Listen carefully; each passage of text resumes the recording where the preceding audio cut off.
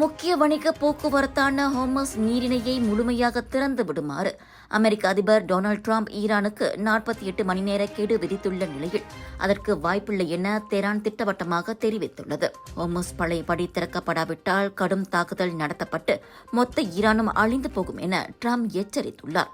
இதற்கு பதிலடி கொடுத்துள்ள ஈரானிய அதிபர் மசூத் பெசஸ்கியான், ஹோர்முஸ் நீரிணை அனைவருக்கும் திறந்தே உள்ளது, எங்கள் நிலத்தை சீண்டியவர்களை தவிர என பளிச்சென கூறியுள்ளார். மீறி தாக்குதல் நடந்தால் நீரிணையை முழுமையாக மூடுவோம் என்றும் வளைகுடா வட்டார எரிசக்தி வளங்களை முக்கிய இலக்காக கொண்டு தாக்கி அழிப்போம் என்றும் அவர் சூளுரைத்துள்ளார். உலக எண்ணெய் போக்குவரத்தின் சுமார் 20 விழுக்காடு இந்த நீரிணை வழியாகத்தான் செல்வதால் இந்த பதற்றம் உலக சந்தையில் எண்ணெய் விலையை உயர்த்தியுள்ளது. இதனிடையே ஈரான் மற்றும் இஸ்ரேல் இடையே ஏவுகணை தாக்குதல்கள் தொடரும் நிலையில் பலர் காயமடைந்துள்ளனர்.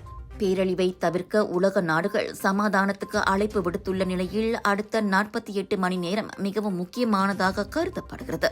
அரசாங்க பல்கலைக்கழக அங்கீகாரத்துடன் வேலை செய்து கொண்டே படிக்க ஒரு அரிய வாய்ப்பு. வத்திகா ரிசோர்சஸ் ஏற்பாட்டில் professional bachelor in business management மற்றும் professional diploma in technology management கல்வி வாய்ப்பு.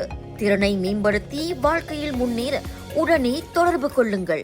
விலையோ மலிவு, செலவோ குறைவு, தரமோ உயர்வு, மனமோ நிறைவு. மக்களின் தேர்வு என்ரிகோஸ் முழு ஆடை சத்துள்ள பால்மாவு.